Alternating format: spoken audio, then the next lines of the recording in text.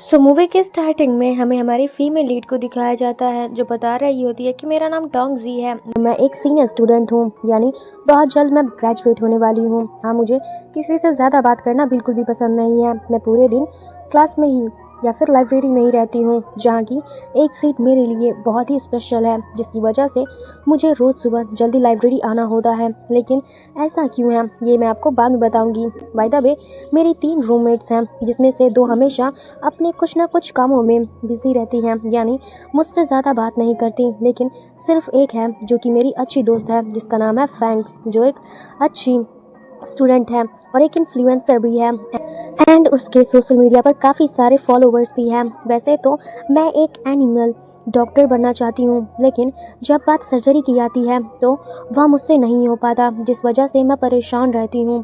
पर बस मुझे एनिमल कॉपी पसंद है, इसीलिए मुझे एनिमल डॉक्टर ही बनना है। पर साथ ही मेरा एक टॉप सीक्रेट भी है जो मैं आप लोगों के साथ शेयर करना पसंद करूँगी। एक्चुअली जब मैं फर्स्ट डे कॉलेज आई थी तब एक लड़के पर मेरा क्रश हो गया था, जो कि एक बर्ड को वापस अपनी उसी जगह पर रख रहा था। उसका नाम गोविंद है, जो कि बहुत ही ज़्यादा अच्छा, हैंडसम और डैशिंग है। मुझे नहीं पता था कि एक ही नज़र में मुझे वो इतना ज़्यादा पसंद आएगा कि वो मेरा क्रश बन जाएगा। पर क्योंकि मैं काफ़ी ज़्यादा शाई हूँ, इसीलिए मैं अपनी फीलिंग्स पूरे 4 साल से गोविंद को नहीं बताई हूँ, बल्कि 4 साल से अपने मन की सारी फीलिंग्स लेटर पर लिखती रहती हूँ, जो लेटर्स मैंने आज तक गोविंद को कभी भी सेंड नहीं किया है। उसका डिपार्टमेंट गार्डन डिपार्टमेंट है एंड उसका ऑफिस ठीक लाइब्रेरी के बिल्डिंग के सामने है, इसीलिए तभी तो मैं सुबह जल्दी लाइब्रेरी आकर के उस सीट पर बैठती हूँ जहाँ पर मेरी नज़र हमेशा गोविंद पर रहती है। एंड ऐसे तो मैं पूरे 4 साल से कर रही हूँ। काश कभी वह दिन आए जब मैं अपनी फीलिंग्स कन्फ्रेंस करूँ, पर मुझे ऐसा लगता है कि मैं ज़िंदगी में कभी भी गोविंद से अपनी फीलिंग्स कन्फ्रेंस नहीं कर पाऊँगी। मैं बस खुश हो जाती हूँ उसकी एक झलक को देख करके, जिसको देखने के लिए मुझे बहुत कुछ करना पड़ता है। बाय द वे मुझे ग्रेजुएट होने में अब सिर्फ 109 दिन बचे हुए हैं, जिसके बाद फिर शायद मैं कभी गोविंद को देख न पाऊँ। लेकिन फिर भी वही होता है जो मैंने कभी सोचा भी नहीं था, यानी कि जब एक दिन मैं अपनी क्लास में अटेंड कर रही होती हूँ कि तभी अचानक किसी वजह से गिरने वाली थी, मगर तभी गोविंद ने मुझे आकर बचा लिया। मैं शॉक रह गई थी उसे देख करके, जिसके बाद वह मेरे खाए हुए एप्पल को टेस्ट करता है और फिर मुझे सॉरी करने लगता है और बोला कि तुम ठीक तो हो ना, लाओ मैं तुम्हें दूसरा एप्पल ला के दे देता हूँ। क्या तुम्हें पता है कि यह एप्पल ट्री एक टीचर ने काफ़ी साल पहले अपने लव को याद करते हुए लगवाया था, और फिर तभी एप्पल के साथ एक नोट भी लिख करके देता है। टॉन्जी उससे थैंक्स करता है। अब इससे पहले कि दोनों के बीच में थोड़ी और बातें हो पाती कि तभी टीचर यहाँ पर आ गई, जिन्हें देखकर गोविंद जल्दी से भाग गया। टोंगची मन ही मन बोली कि मैंने 4 साल से कितनी बार फीलिंग्स कन्फ्रेंस करने का सोचा, गोविंद से बात करने का सोचा, जो कभी हो नहीं पाया, उससे बात नहीं कर पाई। लेकिन आज अचानक इस एप्पल ट्री की वजह से हम बात कर पाए। क्या यह सच में एक लव ट्री है? फिर तो यह एप्पल मेरे लिए एक लव टोन की तरह है। अब नेक्स्ट सीन में हम देखते हैं कि टोंगजी यह समझ नहीं पा रहा था कि गोविंद ने नोट में क्या लिखा है, क्योंकि यह लैंग्वेज काफ़ी ज़्यादा अलग है। इसीलिए लाइब्रेरी की इंचार्ज यानी कि मिस सेंग से उस लैंग्वेज के बारे में पूछती हूँ, तो तब मिस शू ने बताया कि यह तो टाइजिन लैंग्वेज है, जिसका मतलब है थैंक्स। टोंगजी खुश हो गई। फिर तभी मिस शू कहती है कि क्या तुम प्लीज़ अपने इस चाइनीज़ फ्रेंड से मेरे लिए एक फ़ेवर ले सकती हो? मैं बहुत टाइम से एक एड्रेस पर लेटर सेंड कर रही हूँ, लेकिन आज तक मुझे रिप्लाई नहीं आया, इसलिए मुझे जानना है कि वह एड्रेस ठीक है या नहीं। तो तब टोंगजी इस बात के लिए मान गई, क्योंकि इस बहाने से वह गोविंद से मिल पाएगी और स्टूडियो में जा करके उससे बात कर सकती है। इसलिए हिम्मत करके वो स्टूडियो के बाहर आ गई, लेकिन अंदर जाने की हिम्मत नहीं कर पा रही थी। तभी गोविंद ही बाहर आ जाता है और टोंगजी को पहचान जाता है। टोंगजी ने बता दिया कि मुझे अपने कुछ काम से तुमसे बात करनी थी, तो फिर वो कहता है कि अंदर आओ। फिर जैसे ही टोंगजी अंदर आई, वो पूरी तरह जगह को देखते हुए कहती है कि आज मैं फाइनली ऑफिस को अंदर से देख पा रही हूँ। जिसको अभी तक मैंने सिर्फ लाइब्रेरी की विंडो से ही देखा था। मुझे बहुत अच्छा लग रहा है इस जगह पर आकर के। फिर वो गोविंद को मिशु की रिक्वेस्ट के बारे में बताती है। मिशु काफ़ी टाइम से इस एड्रेस पर लेटर सेंड कर रही है, लेकिन कोई रिप्लाई नहीं आ रहा है। अगर तुम्हारा कोई दोस्त ताइवान में है तो क्या तुम प्लीज़ इस एड्रेस पर जाकर के बात का पता लगा सकते हो, क्योंकि यह बात मिशु के लिए बहुत ही ज़्यादा इम्पॉर्टेंट है। तो तब गोविंद इस बात के लिए मान गया। टोंगजी इतनी ज़्यादा नर्वस थी कि बात के पूरे होते ही फुल स्पीड से भाग जाती है, क्योंकि उसने काफ़ी मुश्किल से गोविंद से सामने होकर के, यानी कि सामने खड़े होकर के सारी बातें बोली थी, जो सब देख करके गोविंद हंसने लग जाता है। और अब वह अपने रूम में आई और वह एक बार फिर अपनी सारी फीलिंग्स लेटर पर लिखने लगी कि आज मैंने गोविंद से बात करते टाइम कैसे कैसे फील किया।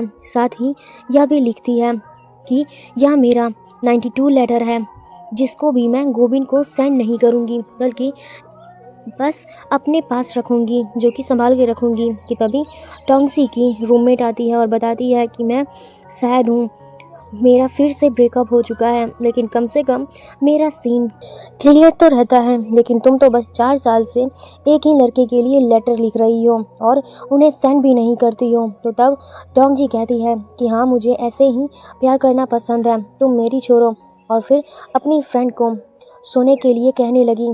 फिर तभी सीन कट हुआ और हम मॉर्निंग का सीन देखते हैं कि जब टोंगजी सोकर उठी तो पता चलता है कि कल वो जिस लेटर को लिख रही थी टेबल से गायब है। टोंगजी की फ्रेंड ने बताया कि वह तो मैंने गोविंद को सेंड कर दिया है, क्योंकि तुम तो कभी अपनी फीलिंग्स उसे बताओगी नहीं, इसीलिए मैंने तुम्हारा हेल्प कर दिया है।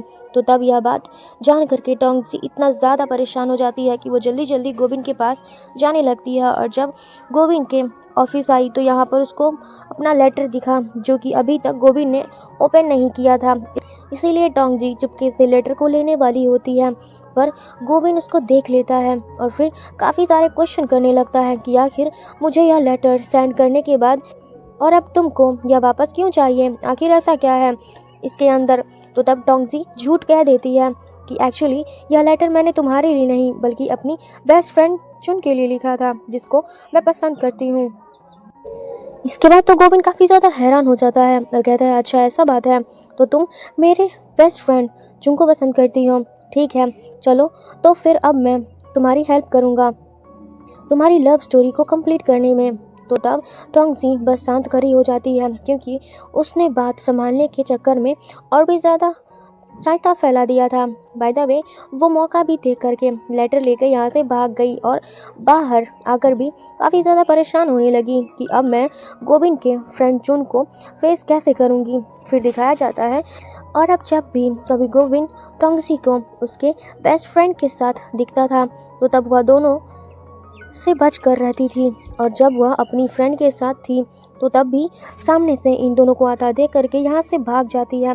रात में टोंगजी की फ्रेंड सभी को अपने न्यू बॉयफ्रेंड से इंट्रोड्यूस करवाती है। तो तब टोंगजी खुश हुई और कहते हुए कि भले ही मैं अपनी फीलिंग्स कन्फेस नहीं कर पाती हूँ, लेकिन मुझे खुशी है कि मेरी फ्रेंड इस मामले में काफ़ी अच्छी है, उसे जो पसंद आता है उसको फीलिंग कन्फेस कर देती है और वह उसे डेट कर लेती है। ऐसे ही दिन बीत जाते हैं और जब एक दिन टोंगजी अपने लैब में होती है तभी गोविंद अपने दोस्त के साथ यहाँ पर आ जाता है, जिसे देखकर टोंगजी नर्वस होने लगती है, क्योंकि काफ़ी सारी मिसअंडरस्टैंडिंग क्रिएट हो चुकी थी।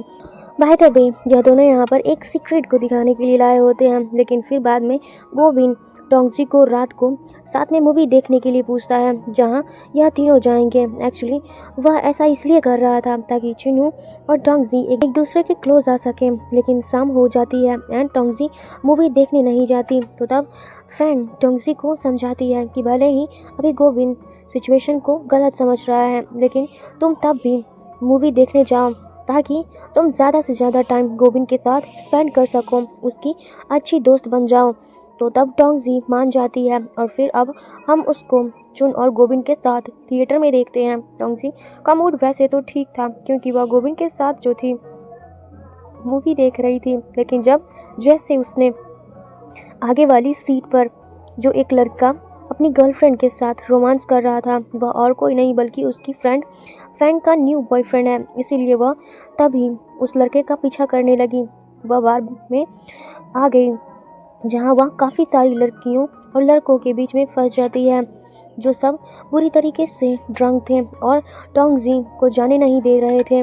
तो तब गोविन यहाँ आकर के टोंगजी को बचाता है, लेकिन टोंगजी जल्दी से यहाँ से चली गई क्योंकि उसे फैंग के बॉयफ्रेंड को पकड़ना था। और जब वह बाथरूम में आई तो यहाँ पर वह छुपकर उन दोनों की वीडियो रिकॉर्ड कर लेती है, लेकिन तभी फैंग का बॉयफ्रेंड और प्रेजेंट गर्लफ्रेंड ने ये दोनों उसे वीडियो रिकॉर्ड करते हुए देख लेते हैं। तीनों के बीच लड़ाई होने लगती है और जब लड़की टोंगजी को मारने वाली होती थी, लेकिन तभी गोविन यहाँ आ जाता है, जिसने उस लड़की का हाथ पकड़ लिया था एंड टोंगजी से पीछे हटने को बोलने लगा। फिर बस होना क्या था, गोविन और फैंग के बॉयफ्रेंड के बीच में काफ़ी बुरी तरीके से फाइट होने लगती है।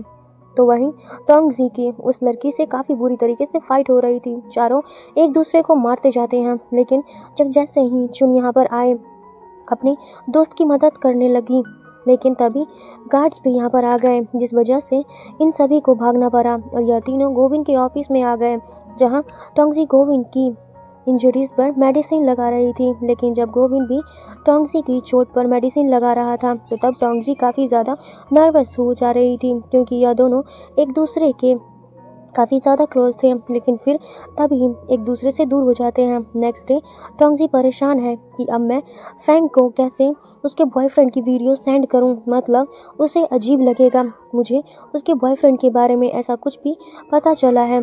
तो तब गोविन कहता है कि कोई बात नहीं, लाओ मैं ये वीडियो सेंड कर देता हूँ, क्योंकि मैं तो तुम्हारी फ्रेंड के लिए अननोन हूँ। फिर तभी उसने वीडियो सेंड कर दी। अब नेक्स्ट सीन में हम देखते हैं कि गोविन टोंगजी के साथ मिस को के घर आया है और बात कर रहा है, जिस एड्रेस के बारे में अपने दोस्त को पता करने के लिए बोला था उसने अपने पता करवाया। और एक्चुअली अब जिस पर्सन के लिए वहाँ लेटर सेंड करती थी वो अब वहाँ नहीं रहते हैं, बल्कि अपना घर शिफ्ट कर चुके हैं। तो तब यह सुनकर उदास होने लगी और फिर इन दोनों को अपनी स्टोरी बताती है। और एक लड़का कॉलेज टाइम में मुझे काफ़ी ज़्यादा पसंद करता था, मैं भी उसे पसंद करती थी, लेकिन हम दोनों कभी अपनी फीलिंग्स एक दूसरे से कन्फेस नहीं कर पाए। बहुत टाइम बीत गया, फिर अभी कुछ साल पहले मेरे पास एक पर्सन के लेटर आए, जिसमें मुझे बताया गया कि मुझे कितना ज़्यादा लाइक करता था, साथ ही उसने मुझे सॉन्ग भी डेडिकेट करा दिया। लेकिन अब क्योंकि वह सभी लेटर्स टाइपनीज में लिखे होते हैं और ताइवान से ही मेरे पास आए थे, इसीलिए मैंने उन लेटर्स को समझने में काफ़ी टाइम लगा दिया। और अब जब खुद से लेटर सेंड करे तो मुझे कोई रिस्पॉन्स ही नहीं मिला। और अब तुम बता रहे हो कि वह पर्सन घर शिफ्ट कर चुका है, कम से कम अगर वह पर्सन भी मेरे लेटर्स रीड करके मेरी भी फीलिंग्स जान लेता तो इस तरह रिग्रेट नहीं कर पाती। और फिर तभी रोने लगी कि मुझे हिम्मत करके कॉलेज टाइम में ही अपना फीलिंग कन्फेस कर देना चाहिए था, ना कि छुपाना चाहिए था। गोविन और टोंगजी इन दोनों को मिस को के लिए बुरा फील करने लगते हैं। टोंगजी जब वापस घर जा रही होती है तो तब यही सब बातें वो सोच रही होती है और परेशान हो रही होती है कि कहीं एक दिन मैं भी मिस को की तरह रिग्रेट ना करूं। इसलिए मुझे हिम्मत करके अपनी फीलिंग्स गोविन को बतानी ही होगी और ये जल्दी से जल्दी करना होगा। लेकिन अब क्योंकि मिस गो ने बताया था कि उन्हें उनके लवर एक ओल्ड सॉन्ग डेडिकेट कर रहा था, जिसकी सीडी उन्हें आज तक नहीं मिल पाई रही है, इसीलिए इस चीज़ में यह दोनों उनकी हेल्प कराते हैं। यानी काफ़ी सर्चिंग के बाद फाइनली उस सीडी को मिस गो के लिए ढूंढ लेते हैं। और अब जब मिस गो ने फाइनली वो सॉन्ग सुना तो तब वह काफ़ी ज़्यादा इमोशनल हो जाती है और खुश हो रही होती है और अपने बॉयफ्रेंड को मिस कर रही होती है, क्योंकि वह सॉन्ग की एक एक प्यार भरी लाइंस को फील कर पा रही होती है। और साथ ही उन्होंने दिल से इन दोनों को थैंक्स भी करा था और तब यह दोनों भी ये खुश हो जाते हैं। आई होप कि आपको वीडियो काफ़ी अच्छा लगेगा और लगा हो तो प्लीज़ एक लाइक कमेंट शेयर सब्सक्राइब ज़रूर करें। Thank you so much for watching. मिलते हैं अगले वीडियो के साथ, यानी कि पार्ट 2 में। सो बाय बाय।